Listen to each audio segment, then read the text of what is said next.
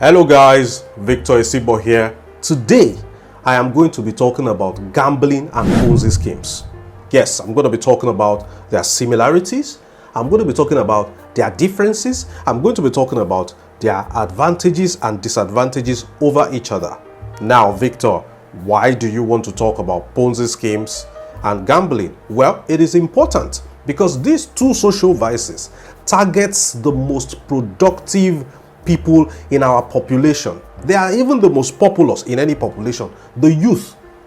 Now, the youth are a key set of people in the future of any nation, of any society. The youth, they are the backbone of any society.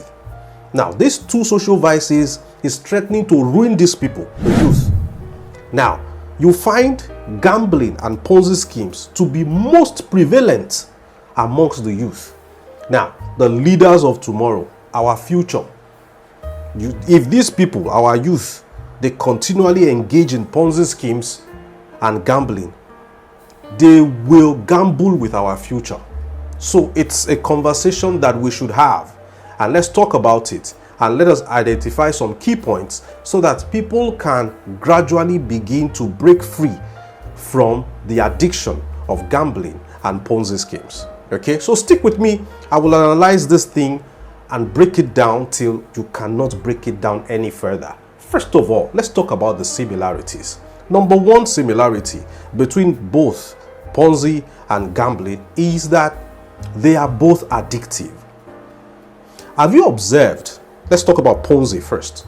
Have you observed that the same people that fell for MMM went ahead and fell for Wintrios, went ahead, fell for Blizzgate, went ahead, fell for Stickers, went ahead, fell for Bombay Network, went ahead, fell for Bit Club Advantage, went ahead, fell for BitConnect, like that, like that, like that. As a matter of fact, if you are a Ponzi addict, the moment you get added to a new Ponzi WhatsApp group, there is a high probability that you will see a lot of your fellow comrades, comrade in arms. You will see them on the group. Yes, you will see plenty of them. And the next thing is you pick up your phone, you're like, oh boy, you are here. We met in a former business. What business? I mean, you met in a former Ponzi. Okay, so this addiction is something that people find very difficult to break free from. Now, when it comes to gambling, of course, we all know gambling is an addiction. And now what gets people addicted to gambling is, when you stake a game, series of games with as little as 100 naira, and you are seeing that your expected winnings, if all your predictions are right, it's like 49 million naira. So the prospect, the expectation, the possibility of you winning 49 million naira with just 100 naira, it gives you a false sense of hope. It gives you a false sense of joy, temporary one. That is the addiction. That's why you see people lose continually, but they continue to bet. Why? Because they feel this sense of relief when they print that long paper for them and they look at the total expected amount of money for them to win, 49 million. They have a tendency to begin to assume that they have won that 39 million. You see them, dwelling in paradise under an illusion of wealth. The illusion of wealth that is created when you stake and you have an expectation, it gives you hope. A lot of people don't have hope. So gambling gives people some hope to become rich in future. Now, how does Ponzi scheme get people addicted? The only way you can generate money is when you sell goods and you render services, or you pick up a 9-to-5 job. Now, none of these three things is easy that you can do without breaking a sweat, having some sleepless nights. Now, a lot of people are lazy. They are intellectually immobile. They don't want to do anything. They just want to commit their money into something, then get returns. Now, to invest is not a crime. It is good, but investments are not get rich quick schemes.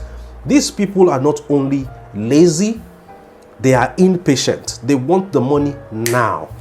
Now, the standard investments that are legitimate, that we all know, government instruments and other instruments, financial instruments that offer investment opportunities, they pay anywhere between 10 to 15% returns on investment annually.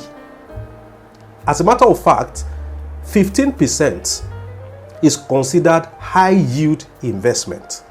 Yeah, my Ponzi brothers and sisters, you can get 15% in a week. Some people will even tell you, what does that Ponzi pay? 40% per month is too small. That expectation of making money very quickly without having to be patient, it gets people addicted to Ponzi schemes a lot. So that is the first similarity between the two. They are both addictive.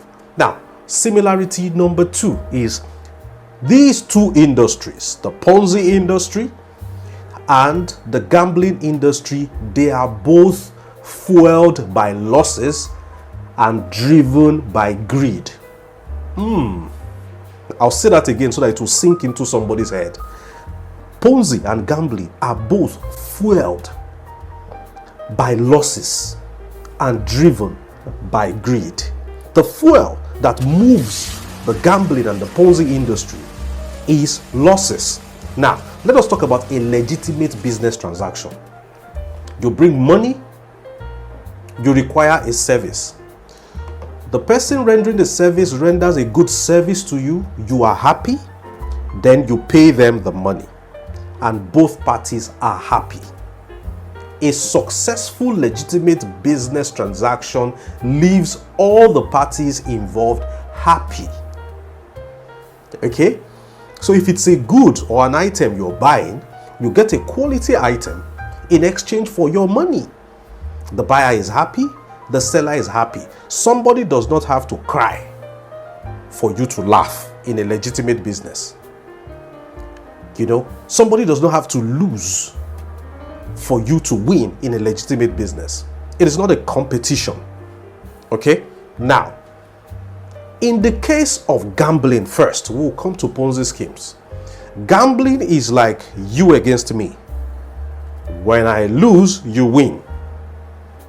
When you're smiling, I have to be crying because we are in a competition. Okay? Now, that is what drives gambling. All right? Now, a lot of your celebrities, comedians, skit makers and all that, before they act their skit for 2 minutes, they are advertising a betting company. XYZ bet company, use my promo code. They are always talking about you using your promo code. Now, let's talk about the affiliate program of betting companies. The affiliate program of betting companies, if I refer you to a betting company, you register via my link or you use my promo code. The company, the betting company, they give me a share of your losses. Oh yes, betting companies are in the business because they are anticipating making money from your losses. That is why I laugh a lot when I watch some of these skits. When celebrities are saying, use my promo code, they are acting like they love you. They are acting like they are giving you an opportunity to make money. Meanwhile, the modus operandi of the system they are advertising to you is a system that leverages on your losses. Talk to the agents of all these betting companies, the agents of these betting companies. Let them tell you about how they are paid.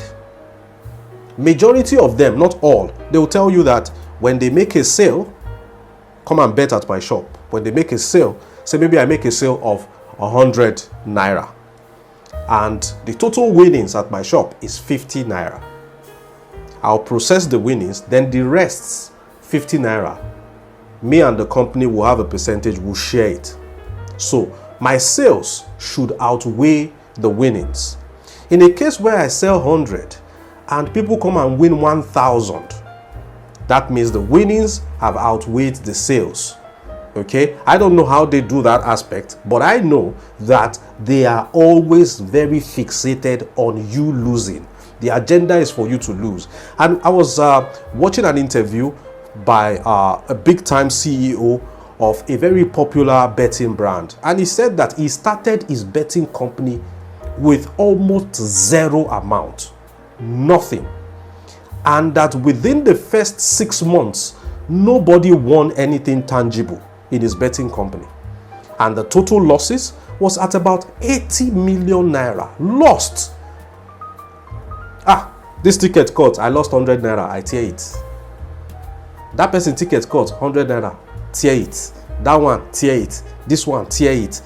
Cumulatively, the losses, if you do the sum total, you will hold your head. 80 million lost in 6 months, zero winnings. In the 7th month, somebody now won 20 million.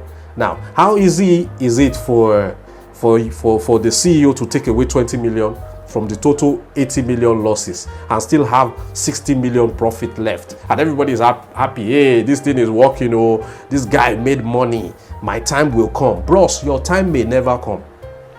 Yeah, it may never come. Okay, so it's an industry that continually takes away money from you. It takes away money from you more often than it profits you, the gambling industry. Honestly, it is normal for people to lose money to gambling.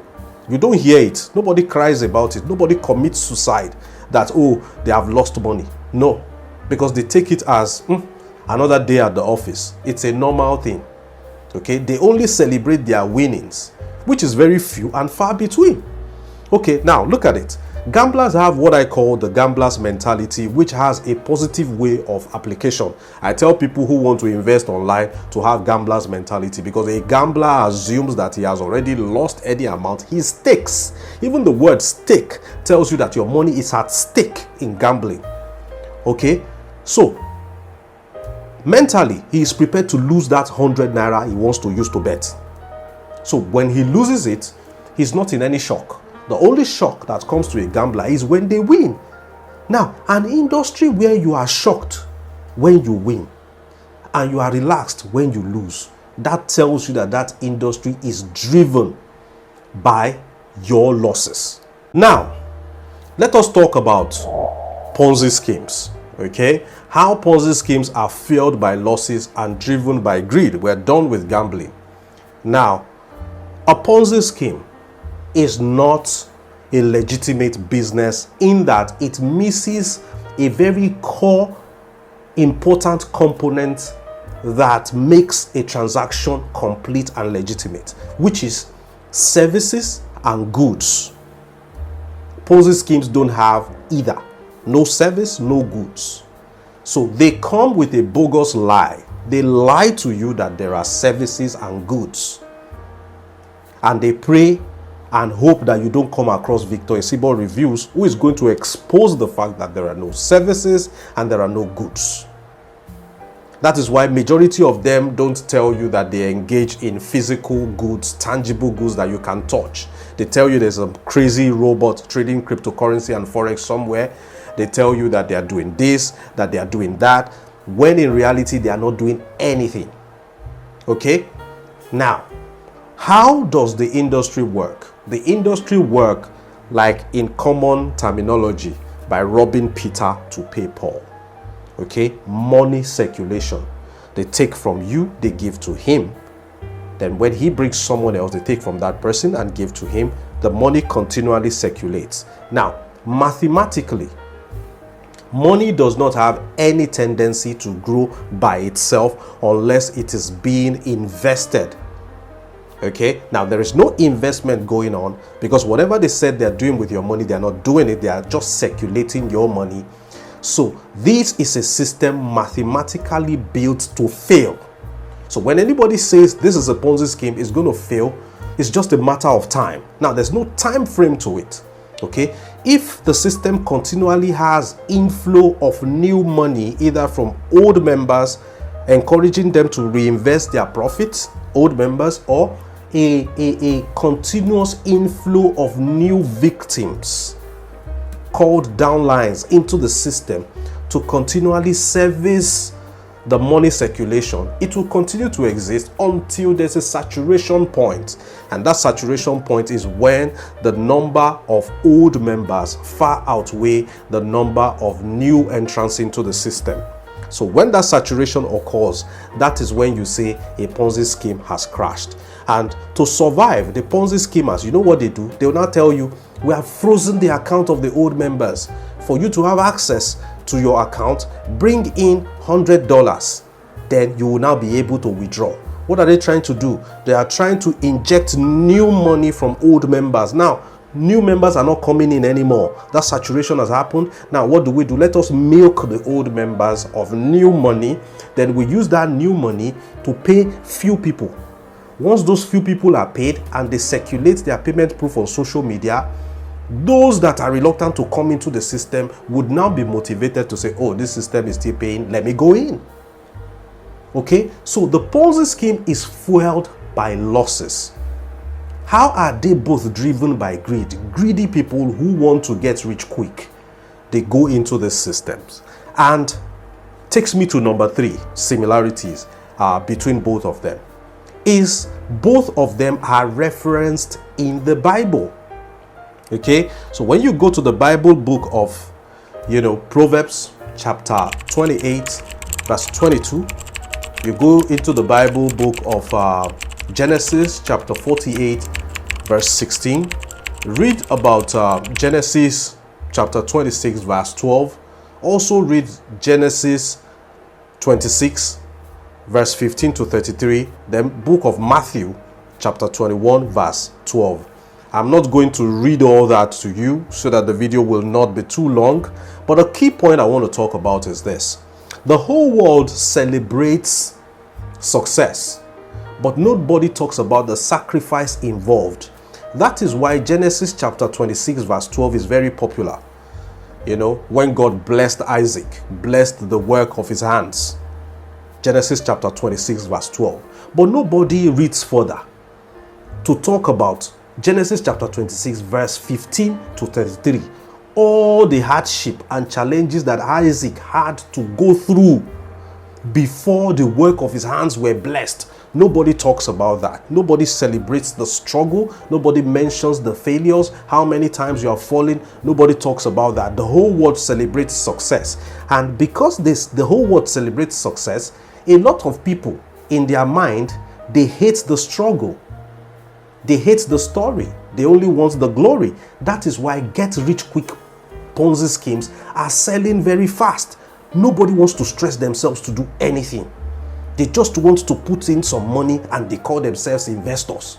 That is why Sabinus calls himself Investor Sabinus, jovially, jokingly. Because every Tom, Dick and Harry is an investor. Everybody says, somebody say, I'm an investor in so. So how much did you invest? You invested a few cents, a few dollars, and they are giving you certain percentage on a daily basis. Is that how investment works? To be an investment, you should have sizable capital, because returns on investment from legitimate platforms are not very high. So you only earn reasonably handsome returns based on the huge capital you are putting into the business. Okay, so the Bible references both. Okay, you see a case of Christ going into the temple, money changers throwing away their tables, and the Bible specifically also warns against get rich quick plans. When you want to get rich very fast, okay, so in your spare time, read the verses that are showing in front of your screen. Then you will understand that both were referenced in the Bible. Then final similarity between both of them is that nobody sustainably, mark my words, sustainably gets rich by either gambling or Ponzi schemes. Now let me tell you why. Go back to number 1. Remember we said it is addictive. So you see a lot of people make so much money from MMM, then they go ahead and lose it to Blizzgate. Then they go make another bulk of money from Stakers, then they go ahead and lose it at Bombay Network. At the end of the day, they are still at the same level where they were when they started, because they're never going to stop.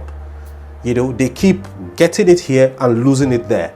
And the bulk of the people that even make the money are the early birds who bring in other people into the platform. And when the whole thing collapses, those at the bottom, they are the ones that lose. And so also with gambling. You gambled today and you make $100. Tomorrow may not be your day. It will be the day of the person that lost yesterday. So you cannot make sustainable wealth from gambling. Let's talk about lottery. Those that made a lot of money from lottery. Few years down the line, majority of them become paupers again. Check historically, people that stumble upon wealth, because wealth creation is something that is a step-by-step thing. You need to learn not only how to make money, but how to keep money. You must learn not only how to make money, but how to keep the money that you have made. Now, those that don't have financial literacy, they just came upon money, maybe an inheritance, or they win a lottery. They have made money, but they cannot keep that money because they do not have what it takes to keep that money. So that's why you see them becoming poor a few years after they made all the money that they made. Now, let's talk about some of the differences between a Ponzi scheme and gambling. Now, and I'll go to my conclusion of this video after analyzing the differences. Now, Ponzi schemes are illegal. They are illegal. Okay? Now, those that are promoting Ponzi schemes, the financial regulatory bodies in most countries are calling them out and looking for them. It's a punishable offense. Okay? Promotion of Ponzi schemes in certain countries is a punishable offense. Why gambling? Gambling is kind of registered, because you see all these gambling sites, they have government regulation and all that. So a Ponzi schemer can run away with your money with impunity. But if you win at a gambling site, they have the responsibility, they owe it a duty to pay you what you have won. Okay? Another difference is that Ponzi schemes are backed by lies and deceit. Okay? They claim to be doing XYZ, meanwhile they are not doing none of that. Okay? Just lies, deceit. Okay? Fake people, fake CEO, fake management and all that. But in gambling, what you see is what you get. Okay? In gambling, they officially, legally take away your money and there's nothing you can do. They'll be there. They are in business. They are backed by government. They are paying tax. They are registered. So they don't run away. The CEO of every football betting website or company is known by all and sundry. Some of them are even doing politics. So those guys legally take away your money. And Ponzi schemes, their CEOs are hiding or unknown, or they are wearing a mask and nobody knows them. Now, let me talk quickly about Ponzi schemes while I round up and, do like a conclusion to this video. A lot of people who come to you asking you to come into a Ponzi scheme, they act as if they want to help you. Yes, meanwhile, they want to rob you. They are not different from thieves who came to rob you. But they make you feel like they want to help you. Come and join this platform, put money and be earning. Now, they are robbing you. Why? Because all the money lost in a Ponzi scheme by some people find its way into the pocket of those that are smiling. You see some people who say, oh, MMM paid me a lot of money. MMM did not pay you, sir. You took the money of those that came into the system last, the latecomers. Their monies found their way into your pocket. I tell some people jokingly, jovially, that if you lost money to a Ponzi scheme and you are crying, then you see somebody else that says they made money from that Ponzi scheme, hold that person. Part of your money is what he or she is enjoying. Because the system has no goods, no services, nothing. It's just a money circulating system. That is why I said earlier that in a legitimate business, somebody does not have to cry for you to laugh. In Ponzi schemes, your laughter in Ponzi is as a result of the tears of many other people who have lost. A game where somebody must lose. Then somebody comes to you and is telling you to join. He's inviting you to probably come and lose so that they can gain. Okay? So if your conscience allows you to deliberately impoverish people just for you to make money. It makes you sleep well at night. Then you can continue to promote Ponzi schemes. Now, in gambling also, especially our celebrities that are saying, use my promo code, an industry driven by losses. It's an invitation for you to come and lose. Because if you don't lose, those brand ambassadors don't have money. They are not paid their endorsements for their endorsement deals. And the company, they go bankrupt. Now, you see how many betting companies are springing up every day. That's to tell you that a lot of people are losing money. So it's a fertile ground for them to make their money. Our youth, we need to wake up. The future of our countries, they are in our hands. We are the leaders of tomorrow. My mission is not to tell you not to gamble or not to do Ponzi schemes. Who am I? I'm not a saint either. But what I'm saying is, let us know a Ponzi for what it is. Don't sell your family house and put in a Ponzi scheme because you want to get rich quick. Don't use your children's school fees and put in a Ponzi scheme because you want to get rich fast. Don't use your feeding money and put in a Ponzi scheme just because you want to get rich fast. Because you may have your fingers burnt. Gambling as well. Don't gamble with money that is meant for something very important and key in your life. Gradually break the addiction. Don't do that if you must do either. Use the gambler's mindset. That's where gambling is even better than Ponzi. Gamblers stake. They prepare their mind. The moment they press go, they are assuming that they have lost that money. So you see a gambler, especially if they are not so hardcore, they will not use their life savings to gamble because they know they are staking and that money is going to be at stake. But it is Ponzi people that sell houses, sell cars and put in Ponzi schemes. So guys, the purpose of this video is to tell you that gambling is addictive.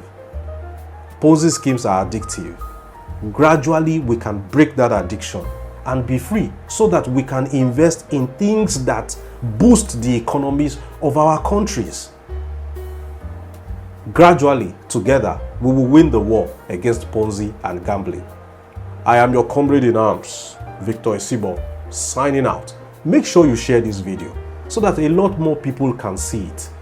Give this video a like so that the YT algorithm will recommend it to more and more people. And of course, please subscribe and let me see your thoughts in the comment section below. Till I see you in the next one, it's bye for now.